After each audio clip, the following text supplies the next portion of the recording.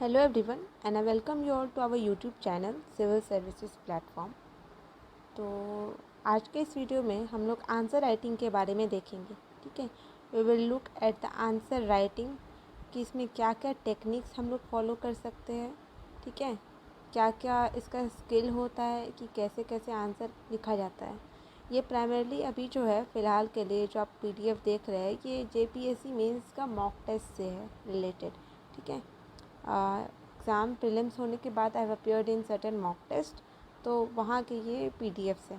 ठीक है, तो ये GS4 का आंसर है, मतलब कि ये पॉलिटी और कॉन्स्टिट्यूशन और पब्लिक एडमिनिस्ट्रेशन से रिलेटेड इसमें सब कुछ है। ठीक है, तो चलिए हम इसे देखते हैं। जैसे कि आपको पता है कि इसमें जो JPSC में GS पेपर होता है इसमें 40 मार्क्स जो होते हैं वो ऑब्जेक्टिव होते हैं। ठीक है, जिसमें कि आपको टोटल 20 क्वेश्चंस आते हैं और बाकी 160 मार्क्स जो है इसमें आपको आंसर लिखना होता है, जिसमें कि हर आंसर 40 मार्क्स का होता है। ठीक है, और टोटल आपको 4 क्वेश्चंस लिखने होते हैं। ठीक है, तो देखिए यहाँ पे आप ऐसे ही लिख सकते हैं। अगर बहुत बड़ा बड़ा सेंटेंस है तो आप ABCD करके लिख दीजिए। ठीक है, फिर यहाँ सेक्शन A स्टार्ट होता है जो कि पॉलिटी से रिलेटेड है। ठीक है, पॉलिटी कॉन्स्टिट्यूशन इससे। तो पहला क्वेश्चन DPSP से था। तो क्वेश्चंस तो अभी नहीं है मेरे पास, पर जो क्वेश्चंस था इसमें मेनली जो हेडिंग है वही क्वेश्चन का डिमांड था। देखिए, जब भी आप आंसर लिखें तो सबसे पहला चीज़ है कि आपको उसमें लॉजिकल चीज़ नहीं लिखना है कि आपको सब आता है आप सब लिख दीजिए, ऐसा नहीं है।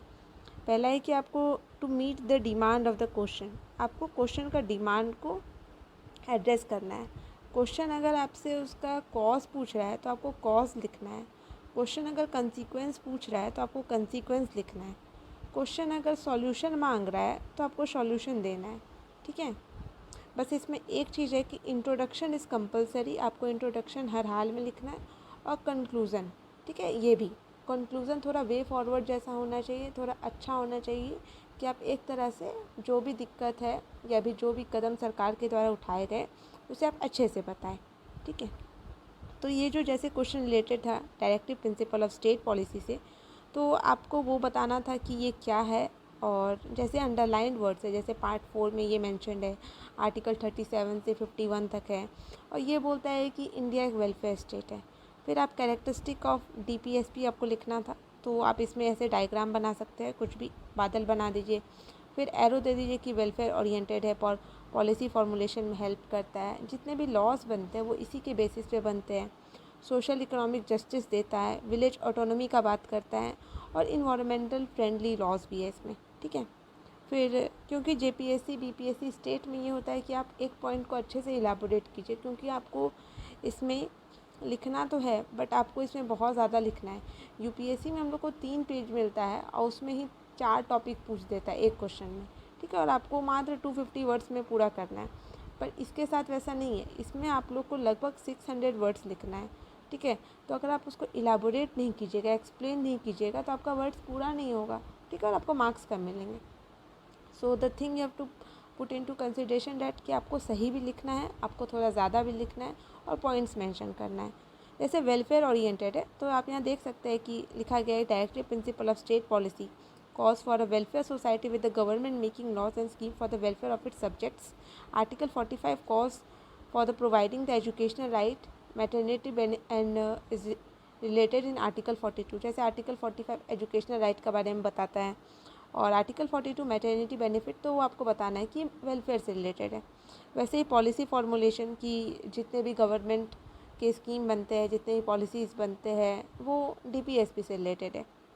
आप पढ़ सकते हैं the policy which were made by the government after the independence to address the diversity of the country and provide poor and the needy to live a settled life and all resulted in the long term vision of DPSP। ठीक है, फिर laws are made on इस basis कि बहुत सारा law जैसे maternity benefit हो गया, ओल्ड एज एक्ट हो गया, कंज्यूमर प्रोटेक्शन एक्ट हो गया, ये सारे DPSP में मेंशन्ड है कहीं ना कहीं डायरेक्टली भी। फिर इन्वायरमेंटल फ्रेंडली लॉज, आर्टिकल 48 जो है वो इन्वायरमेंट फ्रेंडली लॉज के बारे में बताता है, जिसके तहत इन्वायरमेंट प्रोटेक्शन एक्ट बना, फिर वाटर एक्ट, एयर एक्ट, ये सब पास किया गया। फिर विलेज ऑटोनॉमी का बात करता है, डिसेंट्रलाइजेशन की गांधीयन आइडियाज़ जो है आर्टिकल 40 में मेंशन, वो कैसे जन्म दिए पंचायत और म्यूनसिपैलिटीज़ को। तो आप उसे थोड़ा डायग्रामेटिकली दिखा सकते हैं, जैसे कि यहाँ पे आई हैव सोन कि आर्टिकल 40 जो था वो रिजल्ट किया 73rd 74th कॉन्स्टिट्यूशन अमेंडमेंट में। पंचायत आया जो कि शेड्यूल 11 में मैंशनड है। म्यूनसिपैलिटीज़ आया जो शेड्यूल 12 में मैंशनड है, ठीक है। फिर आप आगे लिख सकते हैं नेक्स्ट पॉइंट, सोशल और इकोनॉमिक जस्टिस की डीपीएसपी कैसे एक तरह से फ्री लीगल एड देता है कि अगर किसी के पास पैसा नहीं है और उसको न्याय चाहिए, उसको जस्टिस चाहिए, then he can seek to the court, और कोर्ट उसका पैसा जो है वो बियर करेगा और उसको जस्टिस देगा, ठीक है। और भी बाकी स्कीम्स जैसे Annapurna scheme, public distribution scheme, फिर आपका आवास योजना प्रधानमंत्री का, ये सब भी वही है कि अगर किसी के पास घर नहीं है तो सरकार घर बना के दे रही है, उसको एक इकोनॉमिक जस्टिस मिल रहा है, ठीक है। फिर आप डीपीएसपी में ये बता सकते हैं कि ये इसमें कैसे गांधीयन आइडियाज़ भी है, सोशलिस्ट आइडियाज़ भी है, लिबरल इंटेलेक्चुअल आइडियाज़ भी है। फिर इसमें क्वेश्चन में ये भी पूछा गया था कि लिमिटेशन क्या है डीपीएसपी का, तो आपको उसका क्रिटिसाइज़ भी करना है कि पहला है कि ये इन्फोर्सेबल नहीं है फंडामेंटल राइट के द्वारा, मतलब फंडामेंटल राइट की तरह। फिर इसको कोर्ट में भी नहीं ले जा सकते हैं कि हाँ कोर्ट में लेके एकदम मैंडेटरी इम्प्लीमेंटेशन होना चाहिए, ऐसा भी नहीं है इसके साथ। फिर फंडामेंटल राइट्स ज़्यादा स्ट्रॉन्गर होता है डीपीएसपी से। इसमें आप एक केस मेंशन कर सकते हैं, चंपकम दोराय राजन केस। ये बोला था कि अगर कन्फ्लिक्ट होता है फंडामेंटल राइट और डीपीएसपी में तो फंडामेंटल राइट ही जीतता है, ठीक है। फिर इसका एक और लिमिटेशन है कि पॉलिटिकल विल, कि अगर नेता चाहता है कि लाना है तभी आता है, ठीक है। ऐसे वो मतलब उसके मन मर्जी पे है कि लाओगे, मतलब अगर वो लाना चाहेगा तो वो स्कीम आएगा, वरना नहीं आएगा, और अगर वो चाहे तो उसको हटा भी सकता है कभी भी। फिर पांचवा है कि वोट बैंक पॉलिटिक्स, कि बहुत बार ऐसा होता है कि डीपीएसपी का मतलब जो स्कीम्स हम लोग लेके आते हैं वो बस इसलिए होता है कि उनको वोट चाहिए, they just need to get the vote, ठीक है। वैसे जैसे कि प्रधानमंत्री फसल बीमा योजना इसी के तहत आया था कि इंटरिम बजट में अनाउंस कर दिया गया था बिफोर द इलेक्शन डैट प्रधानमंत्री फसल योजना के तहत 6,000 रुपया सबको मिलेगा, ठीक है। तो वैसा बात होता है। फिर आपको बताना है इसका कंक्लूजन कि in an nutshell it can be said that DPSP are guiding light for the country. आपको देखिए इंपॉर्टेंट हेडिंग मतलब पॉइंट्स को लाइट करना है, मतलब हाईलाइट करना है। फिर it acts as a torch bearer. B.R. Ambedkar called DPSP as the kernel of the Constitution. Overcoming certain limitation, DPSP is a real blessing for the people of the country by its welfarist and socialist approach. ठीक है, ये आपको लिखना है। फिर next question था supreme court से related, तो आपको सुप्रीम कोर्ट में फिर मेंशन करना है, इसमें आर्टिकल 124 मेंशन करना है कि एपेक्स बॉडी होता है जुडिशरी सिस्टम में। फिर आप ये पिरामिड बना सकते हैं, high court, supreme court, high court, subordinate court, ठीक है। फिर पावर्स एंड फंक्शंस के बारे में पूछा गया था, mention the power and functions, तो ये original जुडिक्शन, appellate, advisory, Indian constitution को प्रोटेक्ट करता है, कोर्ट ऑफ रिकॉर्ड है, पीआईएल है, जुडिशियल रिव्यू है, ये सारी चीज़। फिर आपको सब कुछ एक्सप्लेन करना था, ठीक है, क्योंकि पीसीएस में यही होता है कि आप पॉइंट्स लिखे तो उसके बाद आपको एक्सप्लेन करना है सारा। तो फिर आप यहाँ देख सकते हैं कि जुडिशियल ओरिजिनल जुडिक्शन में ये था कि फंडामेंटल राइट्स में अगर कुछ इशू होता है तो हम लोग डायरेक्ट सुप्रीम कोर्ट पे जा सकते हैं। फिर कन्फ्लिक्ट होता है दो स्टेट के बीच में, फिर इंटर स्टेट वाटर डिस्प्यूट हो गया, या फिर कोई भी मैटर हो गया related to election of president, parliament, तो डायरेक्टली ये सुप्रीम कोर्ट के पास जाता है, ठीक है। एपिलेट जुडिक्शन ये हो गया कि अगर हाई कोर्ट वो केस नहीं सुलझा पाया तो फिर वो सुप्रीम कोर्ट जाएगा, ठीक है। इसमें जैसे कि सिविल केसेस हो गया, क्रिमिनल केसेस हो गया, ये सारे। फिर एडवाइजरी जुडिक्शन ये आर्टिकल 143 के तहत आता है कि प्रेसिडेंट जो है वो सुप्रीम कोर्ट का एडवाइस ले सकता है on some matters of legal importance. फिर कोर्ट ऑफ रिकॉर्ड इस तहत से कि जो सुप्रीम कोर्ट है उसके पास पावर है कि वो प्रीवियस जजमेंट को रिवाइज करके उसका वो दे सकता है, ठीक है।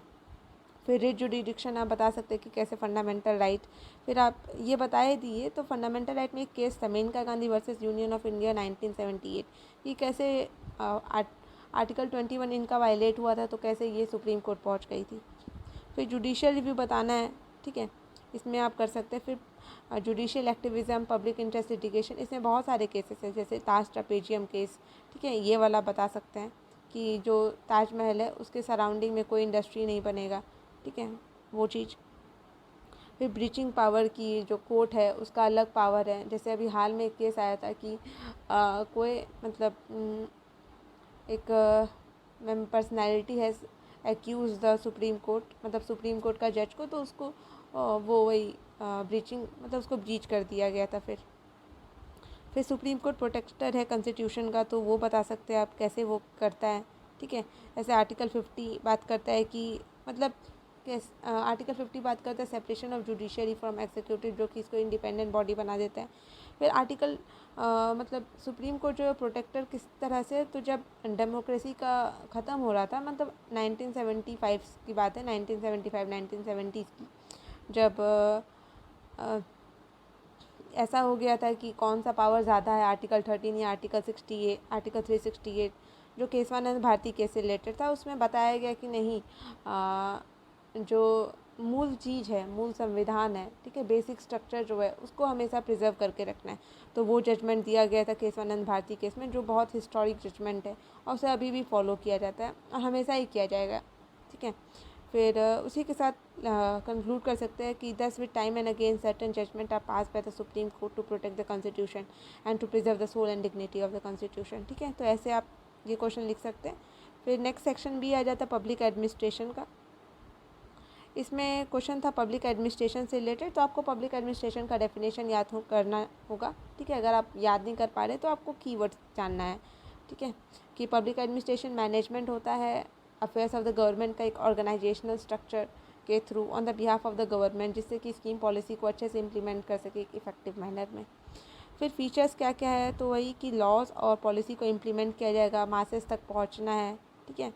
बेसिस ऑफ गवर्नमेंट है कि जो पब्लिक एडमिनिस्ट्रेशन होता है वो गवर्नमेंट का स्केलेटन होता है। फिर वाइडर अप्रोच है कि पब्लिक एडमिनिस्ट्रेशन में बहुत ज़्यादा वाइडर अप्रोच होता है, लोगों से इंटरेक्ट किया जाता है, ठीक है, वो सब। फिर प्राइवेट एडमिनिस्ट्रेशन के बारे में आपको बताना था कि इसमें क्या होता है कि company, share holders, stake holders, वो लोग का इंटरेस्ट को मैनेज किया जाता है और बहुत कम लोग रहते हैं इसमें फीचर्स क्या है कि प्रॉफिट ओरिएंटेड है, ठीक है, ये मैक्सिमाइज़ करना चाहता है अपना प्रॉफिट को, ये कुछ लोगों के लिए ही है, स्पेसिफाइड पीपल। बिजनेस है तो बस बिजनेस से रिलेटेड है। ये बेसिस है इकोनॉमी का, ठीक है, जैसे वो बेसिस था गवर्नमेंट का, ये इकोनॉमी का बेसिस है। अब आपको बताना था डिफरेंस क्या है पब्लिक और प्राइवेट में, तो आप ये ऐसे करके आप बता सकते हैं कि इसका गोल क्या है, इसका क्या है, मतलब दोनों को डिफ्रेंशिएट करना था यहाँ पर, ठीक है। आप देख सकते हैं, आप पढ़ लीजिएगा। फिर सिमिलैरिटी बताना था, तो पब्लिक एडमिनिस्ट्रेशन, प्राइवेट एडमिनिस्ट्रेशन, ये दोनों ओवरलैप किया तो ये सिमिलैरिटी हो गया। Then you have to tell about the similarity कि दोनों में ऑर्गेनाइजेशनल स्ट्रक्चर एक हायरार्की बेस्ड है, डिसीजन मेकिंग होता है दोनों में, हायरार्कियल अप्रोच है, और both are made for the people, दोनों लोगों के लिए ही बना हुआ है, ठीक है। फिर आपको एक कंक्लूजन देना होगा प्रॉपर, आप वो दे सकते हैं, ठीक है। ऐसे आप पढ़ लीजिए कि in a nutshell it can be said that both public administration and private administration are like the two poles, rather they are overlapping in their approaches and goals. The society and the country would be benefited when started working together in a integrated manner, ठीक है। फिर next question था good governance से related, ये भी important chapter है पबेट का, ठीक है। इसमें आपको बताना था गुड गवर्नेंस क्या होती है, फिर कहाँ कौन सा रिपोर्ट था ये आप बता दीजिएगा, तो आपको मार्क्स ज़्यादा मिलेंगे। कि कैसे बात किया गया था good governance from crisis to sustainable growth 1990s में, कैसे कोऑर्डिनेशन और पार्टिसिपेशन का बात करता है, एलिमेंट्स क्या है गुड गवर्नेंस का, ये 8 एलिमेंट रहते हैं इसमें, आपको ये ऐसे फिगर बना के दिखा देना है। फिर जैसे कि ट्रांसपेरेंसी, ट्रांसपेरेंसी में फिर आपको लिखना होगा कि कैसे, जैसे राइट टू इन्फॉर्मेशन एक्ट आया, अकाउंटेबिलिटी में फिर आपको बताना है रेस्पॉन्सिवनेस, फिर कंसेस ओरिएंटेड, जैसे कि गैजेट ऑफ इंडिया में डाल दिया जाता है कोई भी रिपोर्ट को पब्लिक ओपिनियन के लिए, पब्लिक रिव्यू के लिए। पीपल्स पार्टिसिपेशन होना बहुत ज़रूरी है, जिससे कि ये जो पंचायत है ये पीपल पार्टिसिपेशन का ही बेसिस बनता है। इंक्लूसिविटी की इकोनॉमिक, मतलब कोई भी अगर गवर्नेंस कर रहे हैं तो उसमें बस कंट्री का ग्रोथ नहीं देखना, हमको ये भी देखना है कि पॉवर्टी एड्रेस हो रहा है, अनएम्प्लॉयमेंट एड्रेस हो रहा है, वीमेन, चिल्ड्रन, हेल्थ, एजुकेशन, ये सारा चीज़ भी एड्रेस हो रहा है। एफिशिएंट होना चाहिए, फिर रूल ऑफ लॉ को मेंटेन करना चाहिए, ठीक है। फिर participation of civil society and people, civil society भी एक बहुत अहम भूमिका निभाती है, ठीक है। सिविल सोसाइटी में आपके सारे चीज़ आ जाते हैं। तो civil society comprises of organisation which are created by the people like NGOs, self help groups and other minor association which work at the ground level, जो ग्राउंड लेवल पे काम करते हैं, ठीक है। तो आपको ये सब बता देना है, मतलब सिविल सोसाइटी का क्या क्या रोल है। वो कैसे एक अपॉर्चुनिटी क्रिएट करता है पीपल पार्टिसिपेशन का। उसके बाद आपको कंक्लूड कर देना है कि गुड गवर्नेंस, हम लोग अभी हाल फिलहाल से 25 दिसंबर को मनाने लगे good governance day. Even good governance index launch किया जाता है नीति आयोग के द्वारा। SDG में भी बात किया गया है गोल 17 में, partnership to achieve the goal, तो वो भी आप लिख सकते हैं। आप अगर SDG को इम्प्लीमेंट मतलब कहीं भी लिखते हैं तो आपको आंसर को इंडिच करना मतलब वो कर देता है। तो हम लोग को क्या क्या ध्यान रखना है आंसर लिखते टाइम। पहला है कि डिमांड ऑफ द क्वेश्चन को एड्रेस करना है, ठीक है। दूसरा है कि आपको टाइम मैनेजमेंट करना है, ठीक है। ये UPSC के लिए बहुत ज़्यादा इंपॉर्टेंट होता है कि आपको टाइम मैनेज करना है। फिर तीसरा आपको अपने प्रेजेंटेशन पे काम करना है कि आप कैसे आंसर को प्रेजेंट करते हैं, वरना आंसर लिखने का तो बहुत कोई लिखेगा, ठीक है। आपका आंसर कैसे जो एग्जामिनर्स को लुभाएगा। फिर चौथा है कि आप कैसे डायग्राम, रिपोर्ट, ये सब को डाल सकते हैं। तो ये 4 बेसिक चीज़ होते हैं आपको आंसर राइटिंग लिखने के लिए, ठीक है। होप सो कि आपको ये सेशन अच्छा लगा होगा, ठीक है।